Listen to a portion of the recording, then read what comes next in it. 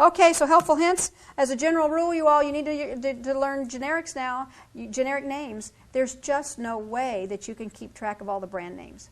And how do doctors and pharmacists talk? In generics.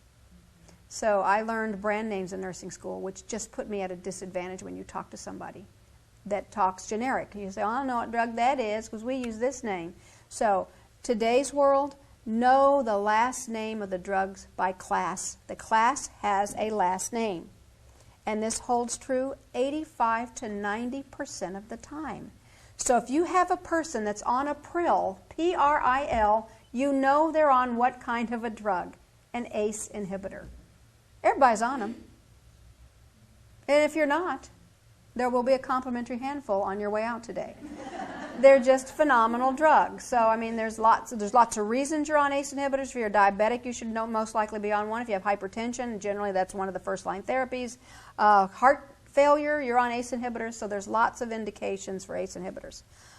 If you can't take an ACE inhibitor or your doctor prefers, they'll put you on a sartan. That's an angiotensin receptor blocker, last name sartan. Lots of them out there, 8 or 9 of them today. There's about 15 different PRILs out there. But if you know it's a PRIL, you can categorize it as a class of ACE inhibitors. Sartans, ARBs. Triptans, used for migraine headaches, nothing else. When you have the migraine, not for prevention. It is for the treatment of the actual acute headache. Statins, of course, we all know. Everybody knows the statin drugs, you all, but their last name is statin, and I think there's 6 out today. We tend to use 1 or 2 of them more than other ones, but the statin drugs not only lower your LDL cholesterol, they are potent anti-inflammatory drugs. So, our dear friend here with MS, you might be put on a statin because of their anti-inflammatory effects. In addition, your inflammatory disease called MS puts you at higher risk for heart disease. So a lot of people are placing the rheumatoid arthritis patients, the MS patients on statins to prevent your heart disease early as a prophylactic measure. There you go. You're a perfect example. You are a mess. Well, I'm glad you're here today. Are you on a statin? Okay. All right, so we'll move on here. The dipines, last name dipine, is a class, a calcium channel blocker class. We have other calcium channel blockers, which we'll talk about, but one class, one part of the calcium channel blockers are called the dipines, last name dipine. Nifedipine, amlodipine, nicardipine, nifedipine, dipine. You are a calcium channel blocker. We use you for blood pressure. These are potent anti-spasm drugs for vasospasms, esophageal spasms. If you're spastic, these are good drugs. The tidines are over the counter, cimetidine, famotidine, ranitidine. These are all of your H2 blockers, Tagamet, Zantac, Pepcid, Axid. Your prazols, my God, these are popular drugs. These are your PPIs, proton pump inhibitors. You know them as omeprazole, pantoprazole, the purple pill, esomeprazole. These are all your GERD drugs. That used to be called heartburn. Now it's gastroesophageal reflux disease. It's the same thing as heartburn. Okay then. Your azoles are your antifungal drugs. So you got prazoles, you got azoles. Your afils are your drugs for erectile dysfunction. Used to be called impotence. Actually, Pfizer, the company that developed the Pfizer Riser, Viagra, sildenafil, actually coined the term erectile dysfunction. So they're the ones, that's how it came out, because Pfizer said men did not want to be known as being impotent. Erectile dysfunction is a lot more sophisticated. Same thing, there's a problem, but anyway, so there's lots of those. There's 3 of those out today. And then last but not least, we've got the OSINs and the MABs and the NIBs and the Cetrons. I mean, everybody has a last name for class, which makes it so much easier not only to learn, but to teach. So if you're a teacher in this room, there's no other way to teach pharmacology than doing it by class.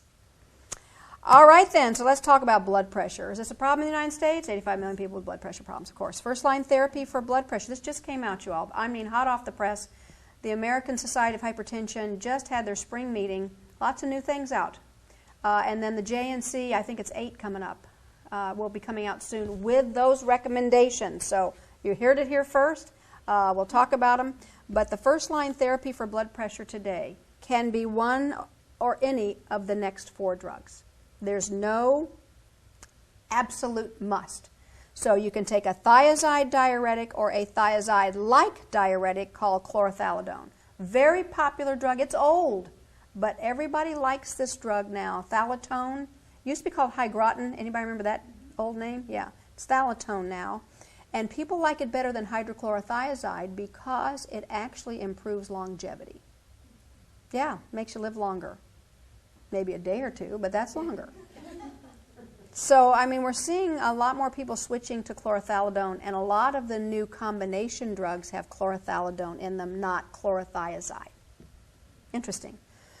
Anyway, all right, ACE inhibitor, of course, great choice, and your choice for a diabetic would always be an ACE inhibitor, always, or an ARB, either one of those. ARBs, you want to block angiotensin if you're a diabetic. And then your calcium channel blockers can also be choices, so we've got all new choices. The one glaring absent group of drugs here, you all, is very important. No beta blockers. No beta blockers, which used to be the be-all and end-all for blood pressure management. You're going to hear something startling when I get to beta blockers today. Was that put you on the edge of your seat?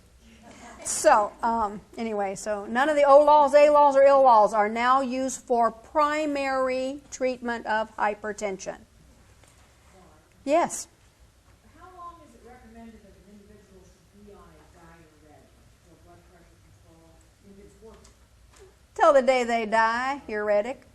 And then if you're talking about the beta blockers, is that no longer a course in the emergency room when they come in with death? Oh, I didn't say that. No. For primary hypertension, you do not choose a beta blocker. For hard-to-treat hypertension, we can add on a beta blocker. But for just what we call essential hypertension, when you walk in the door, beta blockers are no longer your first choice. We still use beta blockers for heart failure patients. We still use them for atrial fibrillation. There are many clinical uses for beta blocker, just not what? Yep. Okay. Okay, so first, one of the first-line therapies then are your prils, you all. These drugs probably have done more for the treatment of diabetes to prevent kidney failure, to prevent heart disease. These drugs across the board are some of the best drugs that have ever been marketed in the world. They first came out in 1981 as captopril. Captopril, Capitan, we rarely use it anymore because of 2 reasons. This is the first drug out. It was fabulous. The shot heard around the world in terms of drugs. But you have to take it 4 times a day. So it immediately says what to you?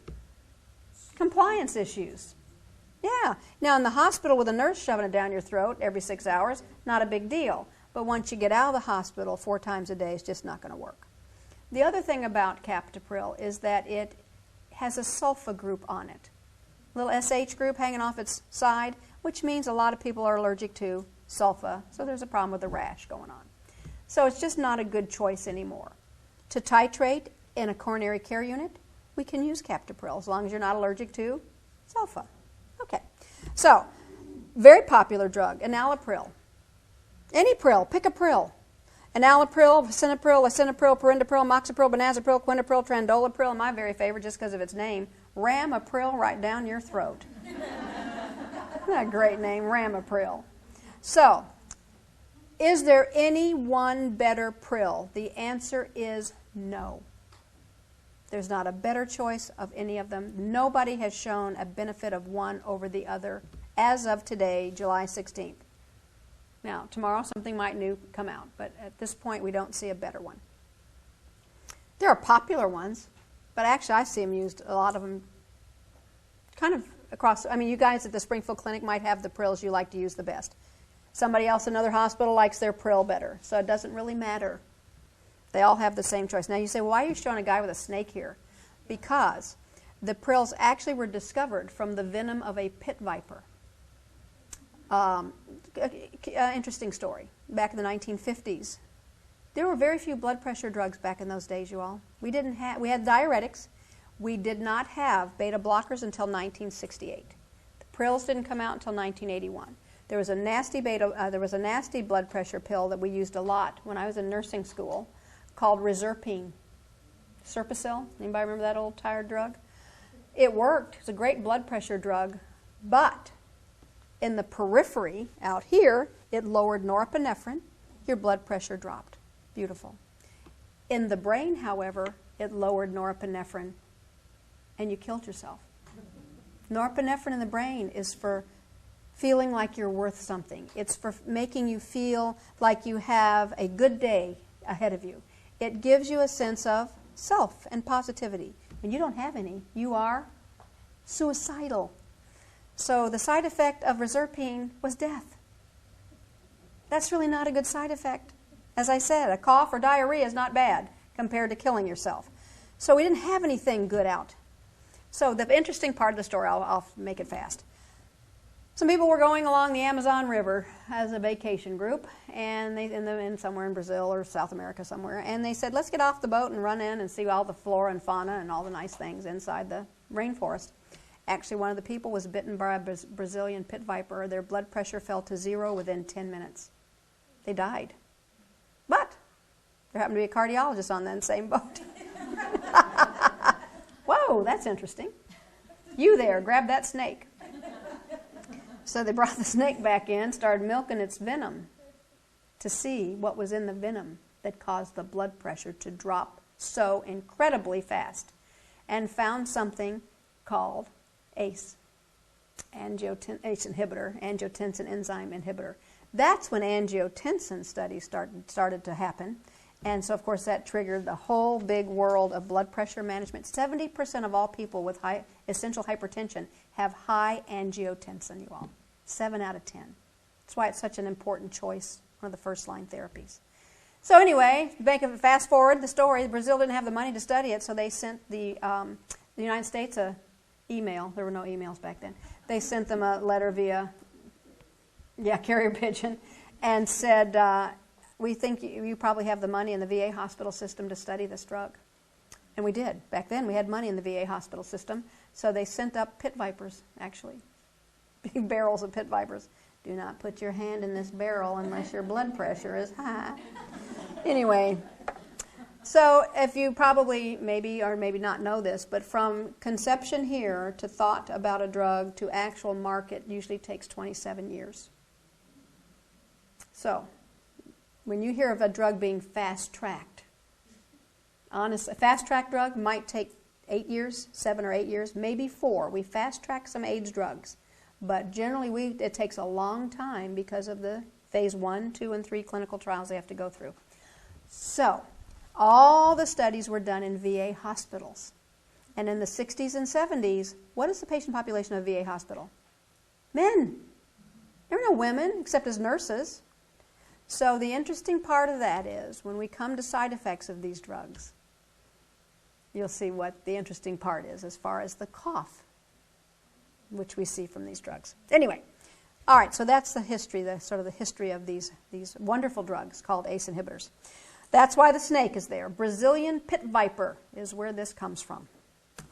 Okay, so let's talk about your kidney, a little refresher on the kidney in any given moment. How many of y'all remember kidney physiology from nursing school? Oh, that was horrifying, wasn't it? Oh, I hated it. This was my kidney class in nursing school. Blah, blah, blah, blah, blah, blah, blah. Urine. Now it's time to go to the bathroom. All right, anyway, so it's horrible. So I'm going to give you Barb Bancroft's 5-minute kidney lecture. I promise to make it painless. At any given moment, the kidney says, I know what your pressure is, your blood pressure, and I know what the volume is because you have these receptors. As the pressure comes in, the blood comes in, there's baroreceptors. It says pressure, volume, very simple. If you have low pressure, low volume, the kidney says, I can help. I've got a substance I'll release right now called renin. And renin, of course, is a non-functional protein. It's a messenger. It says, oh my God, Barb's blood pressure is low, her volume is low, I need to do something about it. So it runs over to the liver and says, would you please release something? And the liver says, okay, I'll release something called angiotensin number 1. Now in medicine, if you've got a 1, you have to have a 2. So the liver releases angiotensin 1, Angiotensin II is formed through an enzyme called angiotensin converting enzyme. So ACE is its name, changes 1 to 2. Very simple. That took 6 weeks in nursing school. So now we have angiotensin II. What's so beautiful about this that nobody said to me in nursing school, which was pretty patently obvious, you all, angiotensin, the word itself tells you what it does. It tenses your angios. So when you release angiotensin II, your blood pressure goes up. Very simple. Not done yet, though. So, what does she do? She tenses your angios, she vasoconstricts your arteries, your blood pressure goes up. But she doesn't like to do anything alone. She says, oh my God, I can't do anything without my best friend Al. So as soon as she's made, she runs over to the adrenal gland and goes, can Al come out and play? And who's Al? Aldosterone. So Al says, sure, Angie, you're going to increase the blood pressure by vasoconstricting. Barb's volume is low, so I will conserve sodium and water. So now my volume goes up. Honestly, that took 6 weeks in nursing school. And it was so simple, but it just didn't ring a bell. So now you have blood pressure that's gone up and your volume's gone up. It's a beautiful thing. Make sense? But what if that happens over and over and over and over and you don't need it?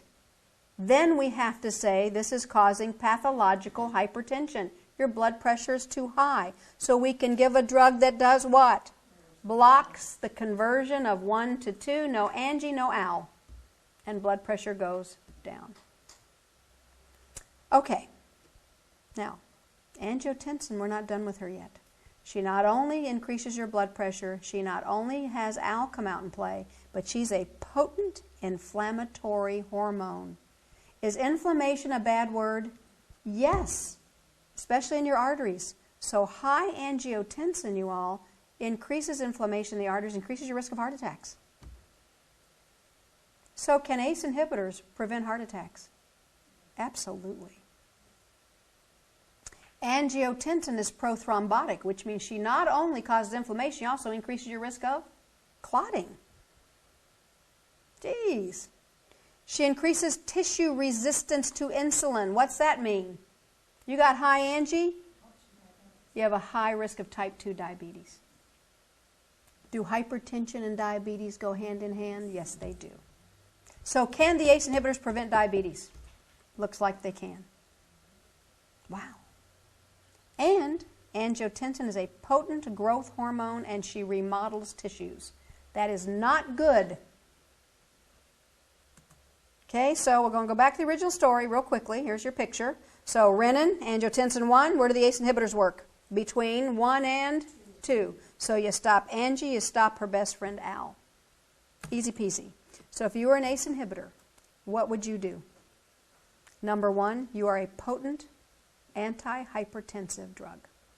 Potent, because you not only vasodilate, you also get rid of sodium and water because you've inhibited who?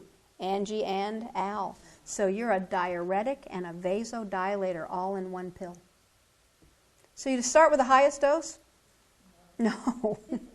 Here, take this big dose. Ka-thump. Low dose. All right, now don't forget, since you're getting rid of sodium and water, you do save potassium. So what's one of your side effects of ACE inhibitors? Hyperkalemia. All righty.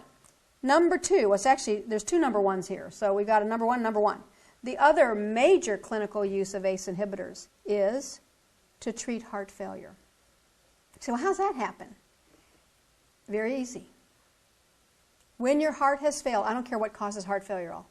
It all ends up being heart failure, whether it's drugs like cocaine causing heart failure, whether it is a bad valve, whether it's diabetes. The number 1 cause of heart failure today in the United States is diabetes. The number 1 cause of heart failure. It is not hypertension. It is not a bad valve. It is diabetes. So, doesn't matter what causes it. When your heart fails, what's the message to the kidney? When you can't pump enough blood to the kidney, what's the kidney get in this message? Not enough volume and not enough pressure. So what's the kidney say? I can help. Kidney is as dumb as a bag of hammers. It has no idea why it's getting low volume and low pressure. It just says, I can help. So now you've got somebody in heart failure, and the kidney is now saving water and sodium and increasing your systemic vascular resistance by putting out angiotensin, or renin, angiotensin. So now the kidney is making it worse. And it's just as dumb. Am I doing good? No. So instead of the old treatment for heart failure, which we used to do, we gave you DIG and Lasix. Remember that? That's all you got. Today, forget the DIG and Lasix. We go immediately to a prill to stop the vicious cycle that the kidney is throwing at you with too much Angie and too much Al. It's a beautiful thing. So cardiologists immediately grab a prill in heart failure patients. Now they may need some Lasix. Obviously, they may need a little more diuresis. And they may need a little boost to the muscle of the heart with DIG, but not everybody does. So it's pretty amazing, you all. The prills are your first choice therapy today for heart failure. Okie dokie then. And they are anti-inflammatory, antithrombotic, and hypoglycemic. Now what if you have a diabetic and you start them on a prill? Could you actually lower their blood sugar to the point they need to take a little bit of sugar? You can. Be careful. When you put somebody on an ACE inhibitor that's already a diabetic, you may make them hypoglycemic because you improve their tissue resistance to insulin. Just tell them. Take your candies with you, just in case you feel a little hypoglycemic. Okay, and then your ACE inhibitors prevent remodeling of the heart, the vessels, and the kidney. What the heck does that mean? Okay, let me explain. Is remodeling a good word? Only in your kitchen. If your kitchen looks like this, you need it remodeled this weekend. Why did they have so much linoleum back in the 20s, 30s, and 40s? You know why? It was marketed as an anti-tuberculocidal. It was tuberculocidal, that it would kill the tuberculosis bacteria. Yeah, so people had it all over their floors, all over their walls. Remember, hospitals had linoleum all the way up the walls. Oh, those old sanatoriums. Oh, yeah.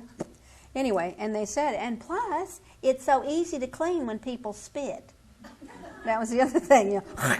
Oh, it's so simple to wipe off the floor. So linoleum truly was marketed as being tuberculocidal. All right, anyway, so now, when you have too much angiotensin, too much of her makes your heart muscle enlarge. She is a growth hormone. So if you have high circulating angiotensin, your heart muscle gets bigger and bigger and bigger. Is that good? No. Is it good? Is a big heart a good heart? No. Metaphorically speaking, it is. She's a nurse. She has such a big heart. No, I don't. Go back to bed. Okay, so the answer is a big heart says to you the conduction system is all off kilter. Big hearts equal ventricular dysrhythmias, and ventricular dysrhythmias equal death. You do not want a big heart. ACE inhibitors prevent the remodeling of the heart. Number 2, remodeling in the vessels makes them thicker. ACE inhibitors prevent vascular fibrosis. And last but not least, remodeling in the kidney increases intraglomerular blood pressure, resulting in intraglomerular hypertension, resulting in renal failure. Wow. ACE inhibitors prevent renal failure. It's amazing, these drugs, you all. Honestly, I was joking about the complementary handful, but they are phenomenal drugs. So what's the bottom line about Angie? She's a bad girl. If you have too much of her, she's a bad girl. So my point being, angiotensin in high doses, not good for your body. So, one more kidney thing, and then I promise to be done with the kidneys. Afferent arteriole. Let's talk about the kidneys and how angiotensin prevents your kidney patients. You obviously are nurses. You have seen the rise in diabetes over the last 20 years, have you not? Some of you have only been a nurse for 10 years or 5 years. But the rise in diabetes has been exponential. It's done this. Boom. But the rise in dialysis has not paralleled it. The rise in kidney failure hasn't paralleled it. It's still going up, but it's nowhere near what the rise in diabetes is doing. Because of what drugs? The drugs that inhibit angiotensin are keeping people out of dialysis. So let's talk about why. I promise to make this less painful than it was in school.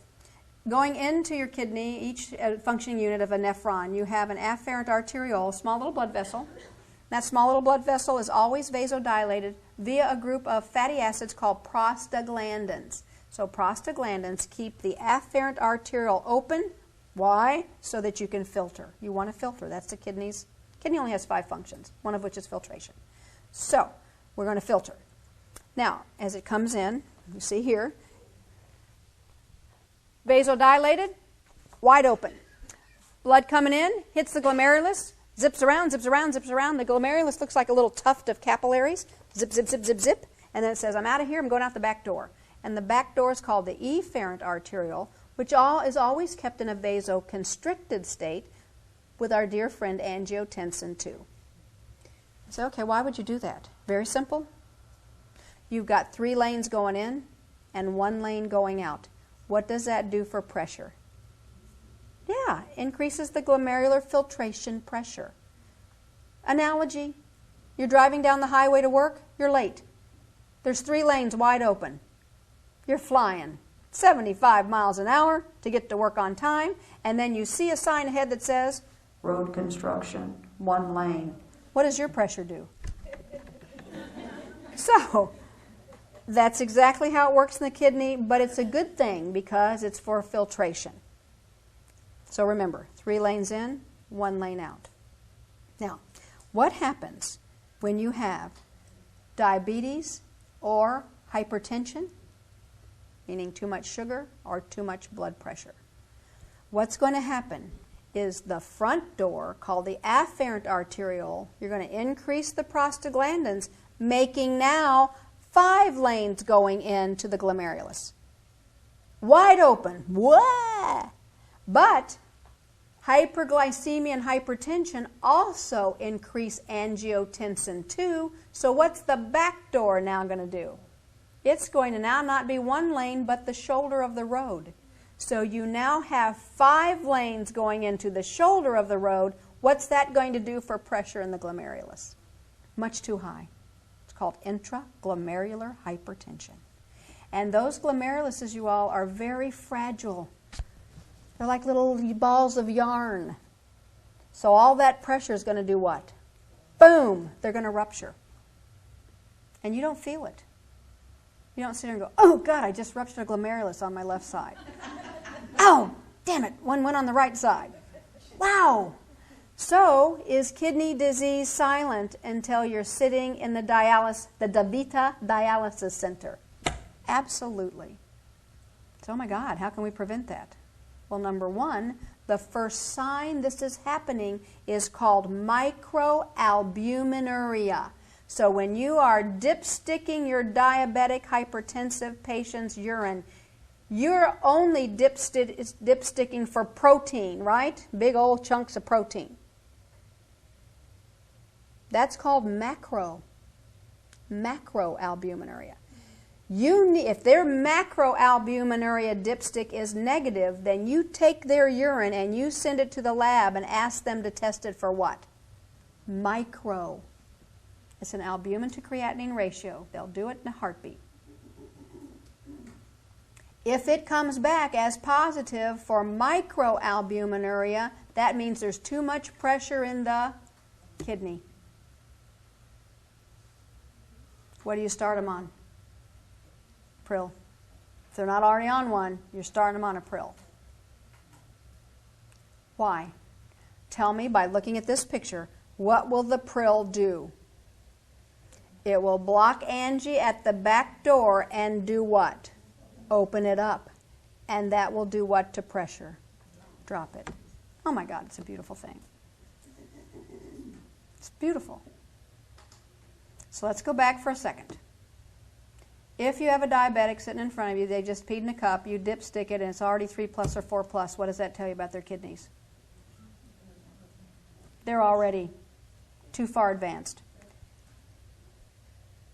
You still put them on a prill because it can slow it down.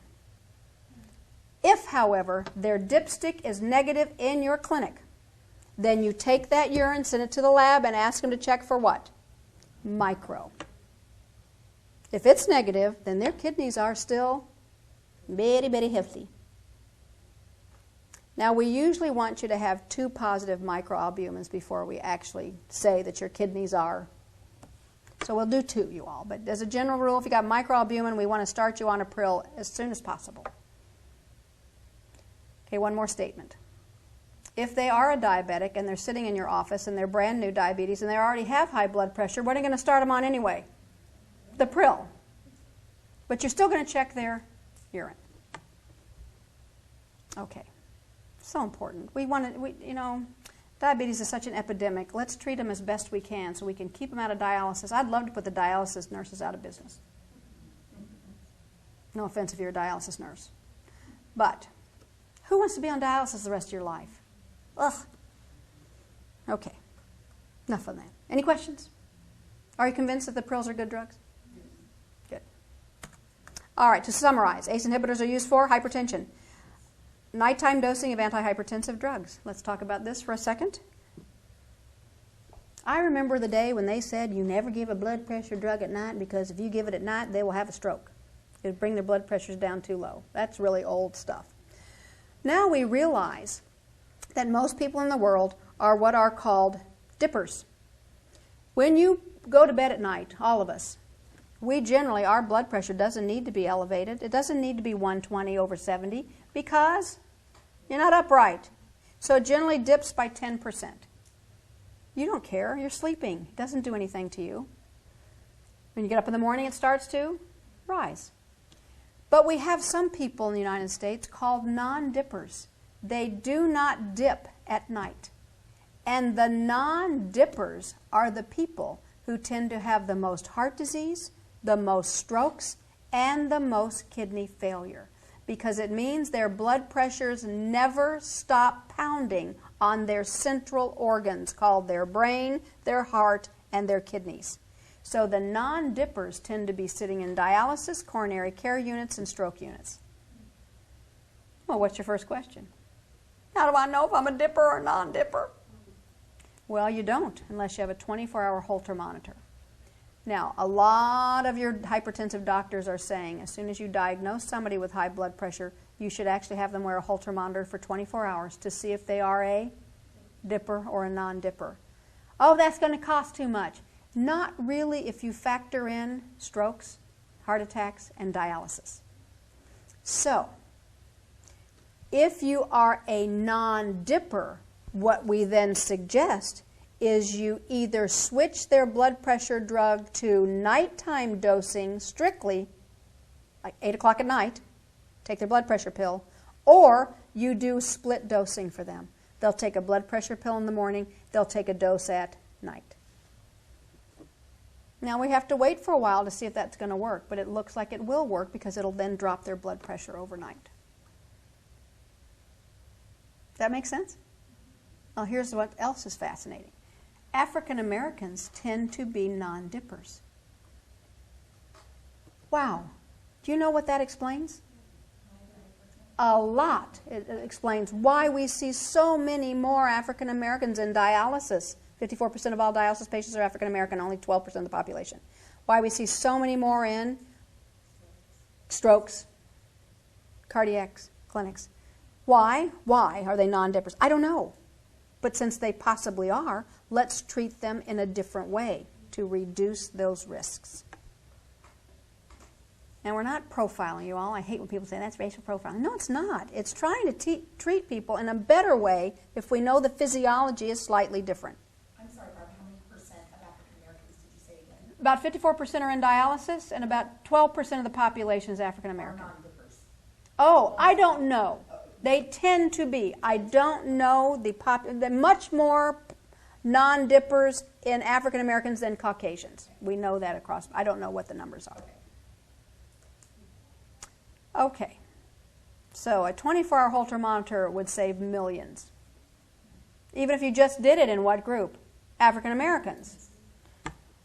Okay, so prevention of diabetic nephropathy, decrease the preload and afterload in a patient with heart failure, and decrease the remodeling of the heart. These are all your benefits of ACE inhibitors. Decrease the remodeling of the heart in post-MI patients, beneficial in patients with anterior ST segment elevated MIs. Decrease the risk of first and second myocardial infarctions in high-risk patients, and stroke prevention. Wow, wow, wow. What's not to love about the ACE inhibitors? Side effects. These are my puppies. Aren't they cute? They're Shih Tzu poodles. Shit poos. This one's the shit, that one's the poo. They're really sweet. Spencer and Joy. But anyway, so point being, there's lots of side effects of drugs. Do you know any drug that doesn't have side effects? That's what people say to me all the time. I don't want to take that drug, Barb, because it's got side effects. All drugs have side effects. Do you take aspirin? Oh, yeah, all the time. Aspirin is 100 times more likely to kill you than a statin drug. Oh, I didn't know that. Of course you didn't. So, people just don't understand that every drug in the world has side effects. So does glucosamine that you're shoving down your throat. So does ginseng. So does St. John's wort. Oh, I didn't know that either. So you really, as nurses, we have to educate, educate, educate. So hypotension, I told you, these are potent drugs. Start low and go slow. Number 2, hypoglycemia. I told you about that. It doesn't cause hypoglycemia in normal glycemic patients. It's just in diabetics that can contribute to hypoglycemia. Hyperkalemia, you know that. You get rid of sodium in water, you're going to have to save another cation, and that happens to be potassium. So watch out for potassium. When my potassium's high, what can I do? Very simple. We add a thiazide diuretic to the ACE inhibitor, and that equalizes your potassium. That's where we come up with drugs called prinazide, zestiretic, low-tension hydrochlorothiazide, HCT. It's 2 pills in 1. Easy. That's easy. All right, so I'm coming back to some more side effects, but since ACE inhibitors conserve potassium, what about potassium-containing foods? What do you tell your patients? Well, you really want to talk to your patients about this, you all, because they can't, potassium is potently dangerous to the heart. And just a little bit goes a long way. So cardiac arrhythmias, usually we see the biggest risk is in patients who are also renal insufficient, have kidney problems with potassium retention as well. Or if they're also on drugs that spare potassium, like aldactone. Remember that old tired drug, spironolactone? That old tired thing was around as a diuretic many, many years ago. Then they put it up on the shelf. Nobody thought about it until they wanted to use it again for heart failure patients. So they pulled that thing off, blew 40 feet of dust off of it, and now we're using it a lot in heart failure patients for an additional blockage of aldosterone. But it does save potassium, so you've got to be careful with potassium. Avoid excessive potassium intake. In other words, stop all the bananas we've been shoving in you when you've been on a hydrochlorothiazide drug. So advise patients to decrease their potassium intake until they can get their potassiums checked. Do not ever use, and this is important, you tell your doctors this, a lot of doctors don't know this, don't use Bactrim or Septra for UTIs. It can cause life-threatening hyperkalemia if they are on an ACE inhibitor. That's a very underknown or underused fact. And a lot of your older patients with heart failure are on pills. How many older women get urinary tract infections? All of them, unless they're on estrogen. So, you're going to have to use something else. Okie dokie then. So high potassium containing foods. Now, as nurses, we're not nutritionists, but we do need to learn a little bit about nutrition. Potatoes are the highest potassium containing foods. They're good for you, but they contain a heck of a lot of potassium. Prunes, here's a problem. How many of your older patients are eating prunes? Yeah, you try to pry the prunes of that arthritic death grip. I'd rather die of a heart attack than be constipated. All right, take your prunes. Raisins, apricots, bananas, halibut, cantaloupe, oranges. Lots of foods have lots of potassium, and that's good for us normally, but not when you're on a prill. All righty, side effects. Here comes the cough. Now remember, all these studies were done in what kind of hospitals? VA. Gender, male. When the package insert came out, it was 1 to 6% of all patients had a cough. That would be 1 to 6% of all men. When these drugs came out and women started taking them, 30 to 50% of women have a cough on these drugs. Wow. You can hear it in the mall. Somebody walked by going,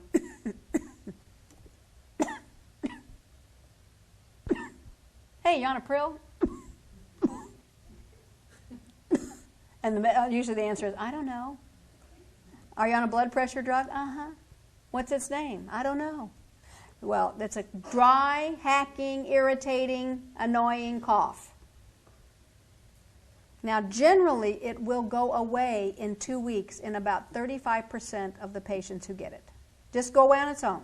So tell them to stay on the drug for how long? Yeah, they'll call you after a day. Oh, I hate my cough. It's terrible. Hey, try to stay on it for 2 weeks so we can, generally it'll go away in over a third of the patients. The next third of the patients will say, you know what, it's not interfering with my activities of daily living. I cough a little bit more in the morning, but most people are not annoyed with it. My husband's fine, my kids are fine, my coworkers are fine, no big deal. But then we have the last third that says what? I'm coughing 24 hours a day. I cannot sleep at night. My husband has left the building. My children hate me. My coworkers can't stand to be around me. I'm coughing, coughing, coughing, coughing, coughing, coughing. Then we have to do what? Take them off, you all. There's really nothing that helps the cough except to stop the drug. And it all has to do with when you inhibit something, when you push something down, something else does what? Pops up.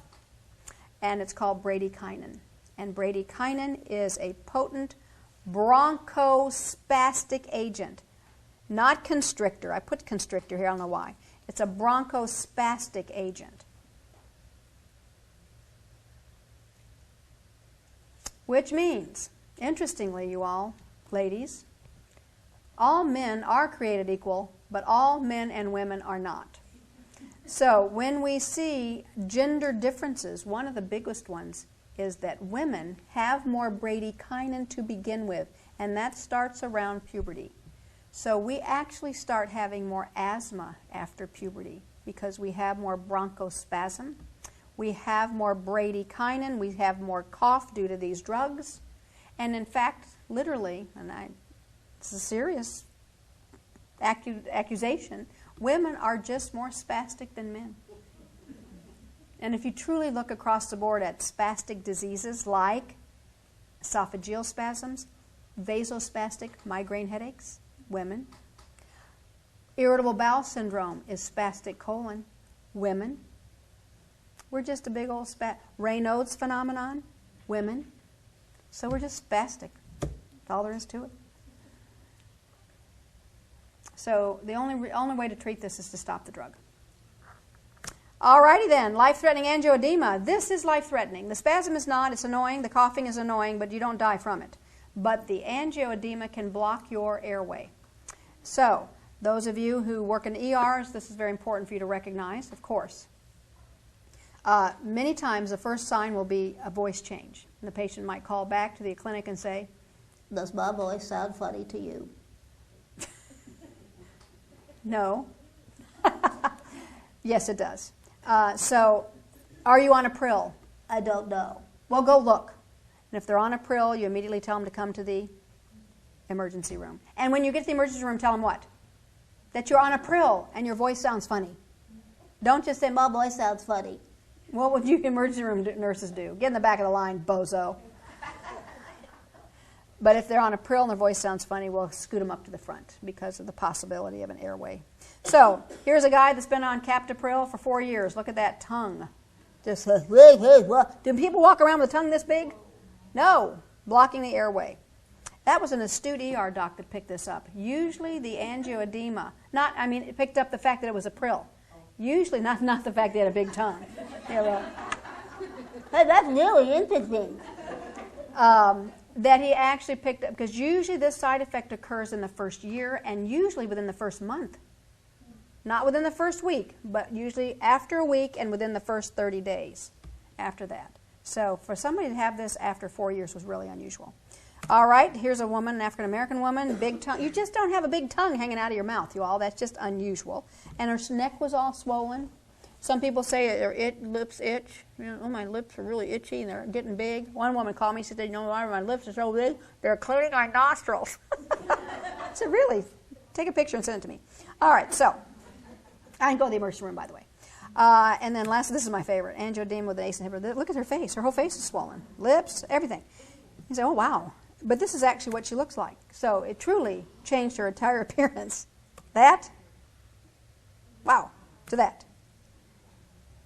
She should take that at Halloween and answer the door. You want some candy? And the next day, hi kids, how you doing? No. And then the other thing for those, this is kind of important, you all. When we thought about in the old days, you had diabetes. You generally, when you had type 2 diabetes, you were over the childbearing age. So in the days that we had it diagnosed when I was in nursing school, you were 60 years old or 55 years old. You didn't have to worry about teratogenic effects of drugs. But now we have so many young people with type 2 diabetes due to the obesity epidemic that we're now having 15-year-old kids diagnosed with type 2 diabetes, 18-year-old, 22-year-olds. So these are young women. They might have hypertension due to their weight issues as well as their diabetes. Putting them on a pill is a little bit more significant because of the fact it is a category D, which means do not use in pregnancy. So you have to weigh the risk of them getting pregnant. Oh my God, I can't believe I'm pregnant. I love when they say that. And then the next statement is my favorite. How'd that happen? Well, and we know, do you know that 90% of all teenagers that get pregnant are shocked by it? 90%. So that would be 9 out of 10. Anyway, so this is a tough choice. Do we want to use these drugs? Because these kids, you know that if you get diabetes as a teenager, type 2, you have a faster progression to kidney disease than when you get diabetes type 2 as a 50-year-old. So this is really a whole new world out there about diabetes in kids that are in their teens and 20s, getting heart disease by the time they're 40, being on dialysis by the time they're 35, and being blind in their 30s.